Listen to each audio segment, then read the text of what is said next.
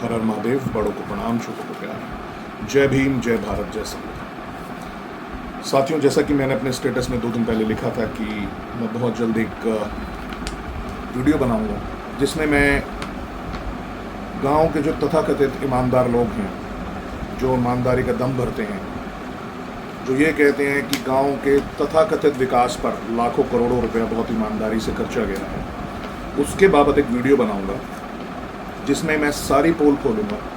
जैसा कि आप लोग जानते हैं कि मैं कोई भी बात हवा में नहीं करता। जो भी बात होगी वो तथ्यों के आधार पर होगी, सबूतों के साथ होगी, ताकि आप लोगों को पता चल सके कि आप लोगों का हक किस तरीके से मारा जा रहा है और जो लाखों करोड़ों रुपया सरकार की तरफ से आता है गांव के विकास के लिए, जो गांव के विकास में लगना चाहिए, उसको किस तरीके से उसका मिसयूज़ किया जाता है, किस तरीके से आप लोगों का हक मारा जाता है।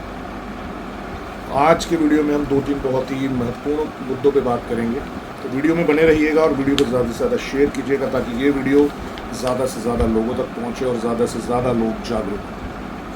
तो सबसे पहला जो पॉइंट है वो ये है कि जो तथाकथित विकास है, जिस विकास पर ये कहा जाता है कि बहुत ईमानदारी से लाखों करोड़ों रुपए खर्चे गए हैं, उस विकास की पोल खोलूँगा सबसे पहले और आपको बताऊंगा कि किस तरीके से ईमानदारी का जो ढिंढोरा पीटा जाता है उसके पीछे किस तरीके से सरेआम घपला किया।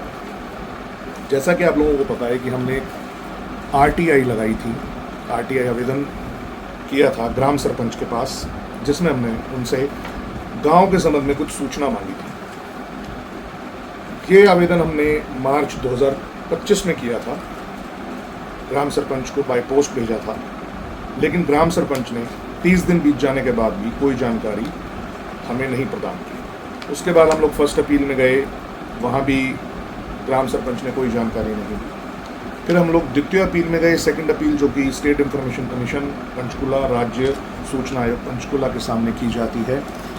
वहाँ पर जो सुनवाई की डेट थी वो 23 अक्टूबर 2025 की रखी गई, जहाँ पर जो ग्राम सरपंच हैं उन्होंने जो सूचना आयुक्त हैं उनके सामने कुछ इन्फॉर्मेशन हमें दी और ये कहा कि जो भी इन्फॉर्मेशन, जो भी सूचना प्रार्थी द्वारा मांगी गई है वो सारी सूचना हम दे रहे हैं आपके सामने।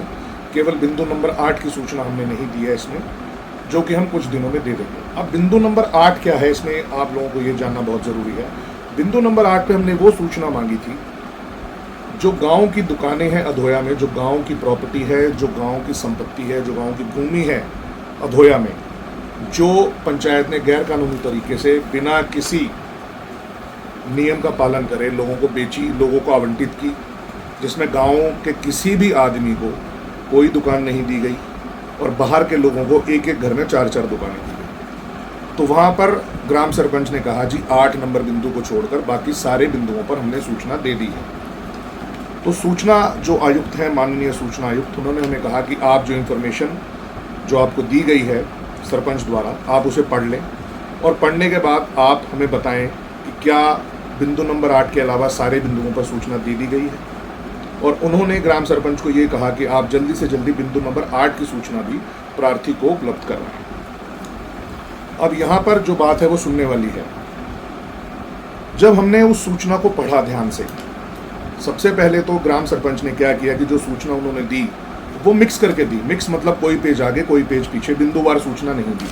जबकि सूचना का अधिकार अधिनियम 2005 के नियम ये कहते हैं कि जो भी सूचना मांगी जाती है वो सूचना बिंदुवार दी जाएगी, लेकिन इन्होंने पेजेस को आगे पीछे करके हमें कंफ्यूज करने के लिए वो सूचना दी। दूसरी बात, सूचना का अधिकार अधिनियम 2005 ये कहता है कि जो भी सूचना प्रार्थी को दी जाएगी उस सूचना पर जो राज्य जन सूचना अधिकारी होगा, जैसे हमारे केस में ग्राम सरपंच है, वो हर पेज पे साइन करेगी और हर पेज पे मोहर लगाएगी। लेकिन इन्होंने किसी भी पेज पे ना तो साइन करे और ना ही मोहर लगाए। जब हमने वो सूचना को पढ़ा तो उसमें तकरीबन 21 बिंदुओं पर ग्राम सरपंच द्वारा जानबूझकर सूचना छुपाई गई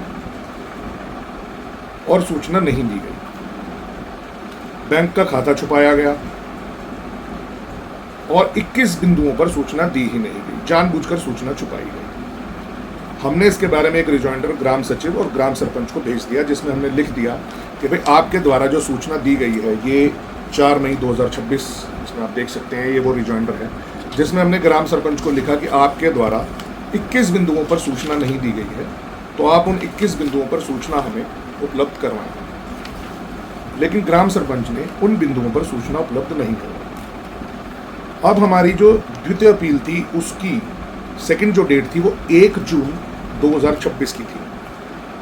हम सुबह 11:30 बजे राज्य सूचना आयोग पंचकुला में पहुंच गए, लेकिन ग्राम सरपंच वहां नहीं आई अपील की सुनवाई में। अब आप खुद इस बात का अंदाजा लगाएं कि वो क्यों नहीं आई। सच और झूठ का फैसला आपका। अब मैं आपको ऑर्डर्स दिखा देता हूं जो माननीय सूचना जो आयुक्त हैं उन्होंने जो ऑर्डर्स निकाले उसकी कॉपी मेरे हाथ में है, मैं आपको ये भी पढ़ा देता हूँ। ये 11/6/2026 यहाँ लिखा हुआ है, आप देख सकते हैं 11/6/2026, 11 जून 2026 के ऑर्डर्स हैं, जिसमें सबसे ऊपर स्टेट पब्लिक इंफॉर्मेशन ऑफिसर कम सरपंच लिखा हुआ है, आप देख सकते हैं यहाँ पर, यानी कि राजेंद्र गौर का नाम है। और सबसे लास्ट में है मिसेस उषा बख्शी जो कि अपीलेंट हैं जिन्होंने आरटीआई आवेदन किया। अब इसमें लिखा हुआ है कि kindly refer to commission letter number 30521 dated 4th November 2025 on the subject cited above.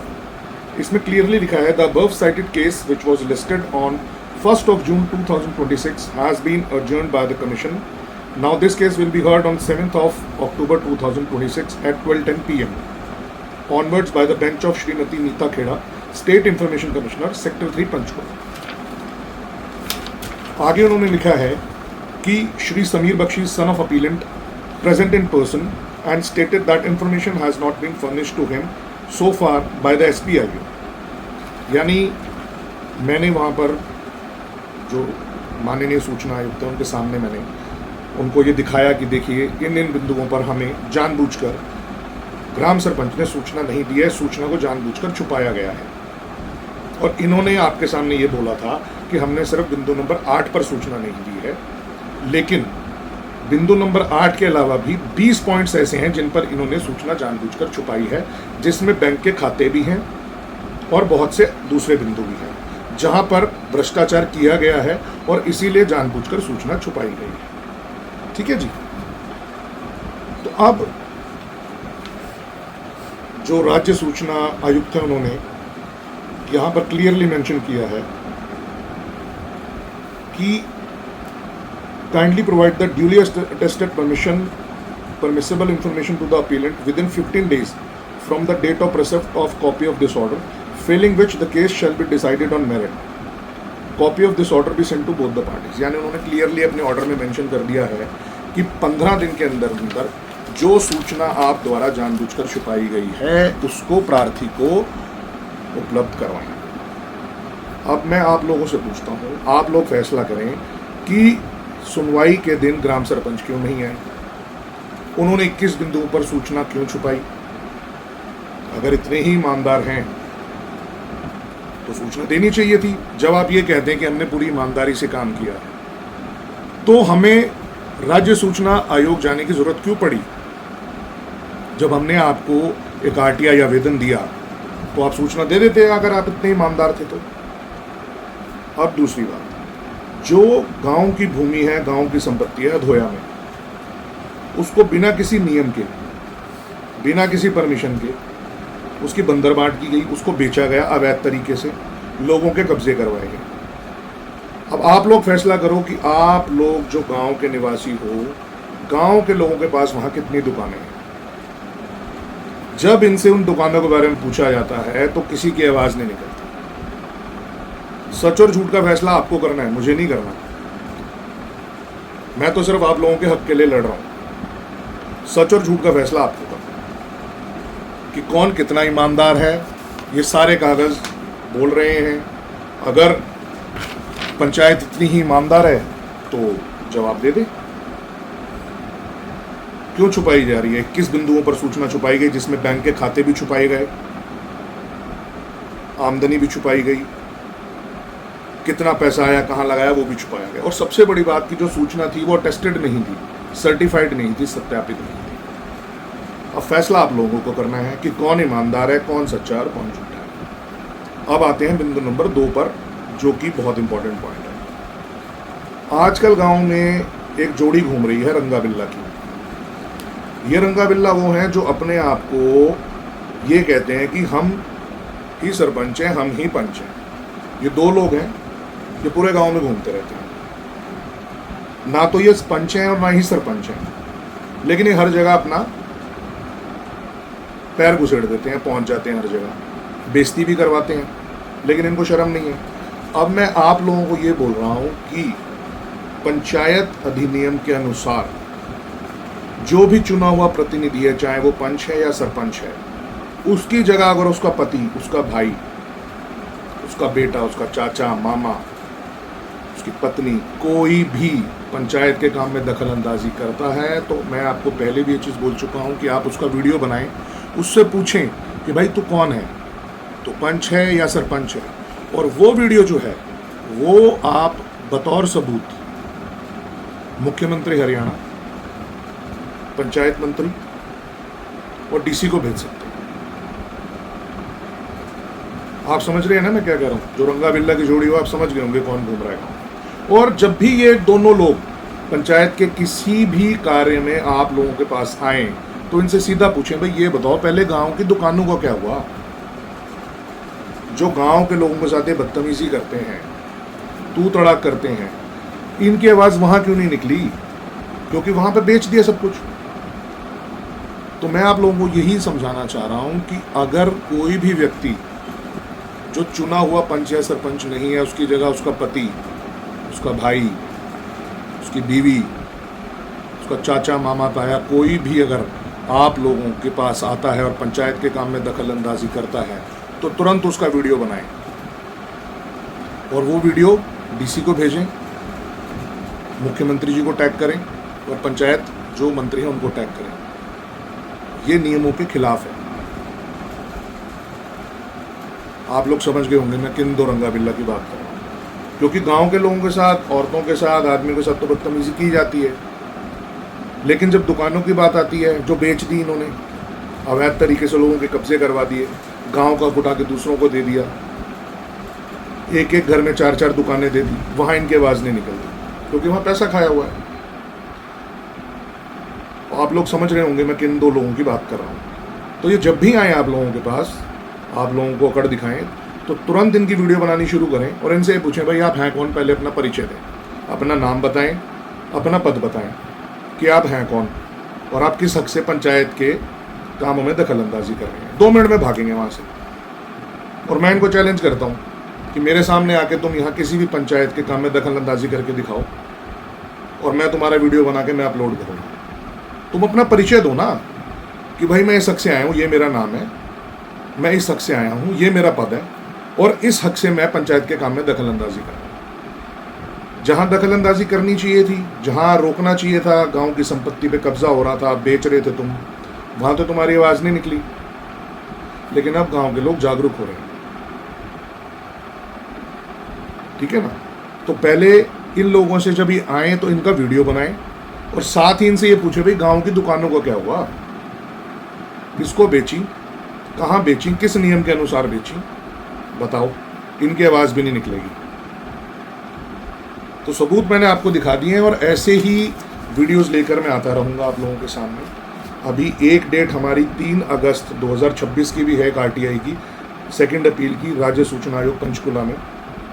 वहाँ भी इन लोगों के पास देने के लिए कोई जवाब नहीं है, क्योंकि सामने वो नहीं आता आदमी जिसके पास छुपाने के लिए कुछ होता है, जो झूठ बोल रहा होता है, वही आदमी सामने नहीं आता। अगर इतने ईमानदार थे तो RTI लगते ही उसका जवाब दे देते। ये तो सेकंड अपील में आए ही नहीं। इन्होंने वहाँ बोल दिया जी कि हमारे तो कोई मिस हैपनिंग हो गई है, हम तो वहाँ हैं। गांव के प्रति क्या जिम्मेदारी है तुम्हारी? तो इनके ऐसे ही झूठ मैं उजागर करता रहूँगा। सच और झूठ का फैसला आप लोगों को करना है। ये आप लोगों के हक की लड़ाई है। अगर आप लोग जागरूक नहीं होंगे तो इसी तरीके से आप लोगों का शोषण होता रहेगा, आप लोगों का हक दूसरों को दिया जाता रहेगा। आप लोग फैसला करें कि आप लोगों के पास गांव में जो अधोया में 125 से ऊपर दुकानें हैं, उसमें कितनी दुकानें आप लोगों के पास हैं और कितनी बाहर के लोगों के पास है। इसका फैसला आप लोग करें। और इन्होंने जो हमने RTI में जानकारी मांगी उन दुकानों के बारे में, इन्होंने जानकारी क्यों नहीं दी? हमने उसमें इनसे हमने बहुत सिंपल उसमें लाइन में पूछा कि जो अधोया में दुकानें हैं वो किस नियम के तहत दी गई, कब नीलामी की गई और किस किस व्यक्ति के पास दुकानें हैं। इन लोगों के पास जवाब नहीं है। तो जैसा कि मैं हमेशा कहता हूं कि जागरूक बने, अपने अधिकारों को पहचानें, किसी से दबे नहीं, घबराए नहीं। आप लोगों को जागरूक होना पड़ेगा, तभी आप लोगों का हक को मिलेगा। हर हर महादेव, जय भीम, जय भारत, जय